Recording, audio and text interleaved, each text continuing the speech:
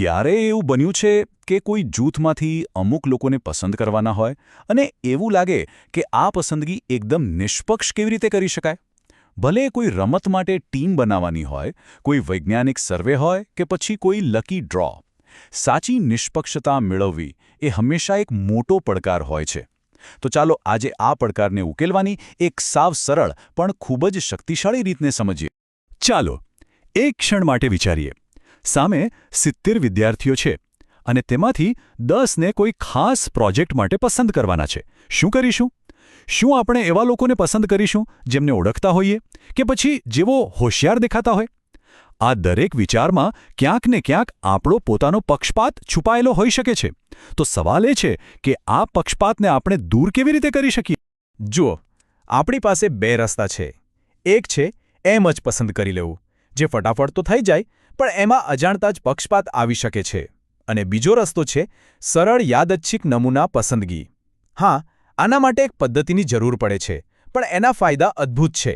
તે ગાણિતિક રીતે નિષ્પક્ષ, સંપૂર્ણપણે પારદર્શક અને વૈજ્ઞાનિક રીતે એકદમ મજબૂત છે. તો આજે આપણે આ બીજા, વધુ સારા રસ્તા પર જ ધ્યાન આપીશું. તો ચાલો આ નિષ્પક્ષ પડકારનો સામનો કરવા માટે તૈયાર થઈ જઈએ.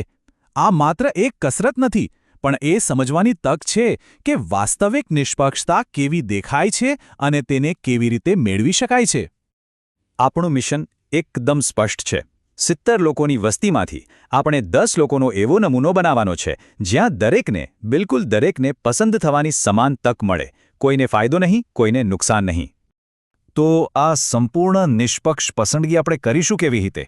આપણું ગુપ્ત હથિયાર છે આંકડાઓનું આ જાદુઈ કોષ્ટક. હા, તે દેખાવમાં ભલે સરળ લાગે, પણ સાચી નિષ્પક્ષતાની ચાવી આમાં જ છુપાયેલી છે. આ યાદચ્છિક સંખ્યા કોષ્ટક છે શું? સારું, એમ સમજો કે કમ્પ્યુટર લાખો વખત પાસો ફેંકે છે અને તેના પરિણામો લખતું જાય છે. જે યાદી બનશે તે સંપૂર્ણપણે રેન્ડમ હશે, ખરું ને? આ કોષ્ટક બસ એ જ સિદ્ધાંત પર બનેલું છે. એનો એકમાત્ર હેતુ પસંદગીની પ્રક્રિયામાંથી માનવ પૂર્વગ્રહને જડમૂળથી દૂર કરવાનો છે. હવે આ સ્લાઇડ પર જે દેખાય છે ને, એ જ આપણું શક્તિશાળી સાધન છે. પહેલી નજરે તો એ ફક્ત આંકડાઓનો એક મોટો જથ્થો લાગશે, પણ આપણી સમસ્યાનો ઉકેલ આ જ આંકડાઓમાં જ છુપાયેલો છે. આ કોષ્ટક જ આપણને નિષ્પક્ષતાના માર્ગ પર લઈ જશે. ચાલો હવે આ કોષ્ટકનો ઉપયોગ કરીને આપણા મિશનને પૂરું કરવાની પ્રક્રિયાના દરેક પગલાંને વિગતવાર સમજીએ. આ એક કોયડો ઉકેલવા જેવું જ છે. અને અંતે આપણી પાસે એક સંપૂર્ણપણે નિષ્પક્ષ પરિણામ હશે. નિયમો ખૂબ જ સીધા અને સરળ છે. સૌથી પહેલાં આપણે દરેક વિદ્યાર્થીને 1 થી 70 સુધીનો એક નંબર આપીશું.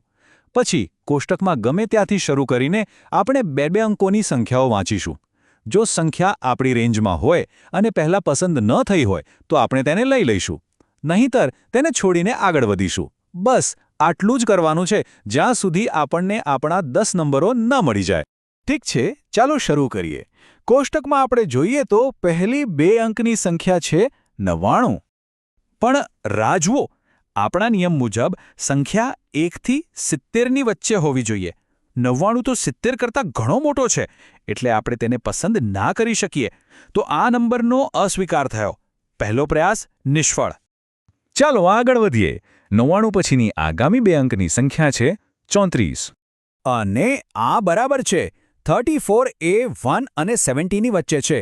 તો જે વિદ્યાર્થીનો રોલ નંબર 34 છે તે આપણા સેમ્પલમાં પ્રથમ સભ્ય તરીકે પસંદ થાય છે. સફળતા! આપણને આપણો પહેલો નંબર મળી ગયો. હવે પ્રક્રિયા વેગ પકડી રહી છે. જુઓ, 34 પછી આપણને મળે છે 25, જે પણ માન્ય છે. અને એના પછી તરત જ આવે છે 33, જે પણ આપણા સેમ્પલમાં સ્થાન મેળવે છે. ખૂબ સરસ! હવે આપણી પાસે 3 નંબરો છે. ચાલો કોષ્ટકમાં આગળ જોઈએ.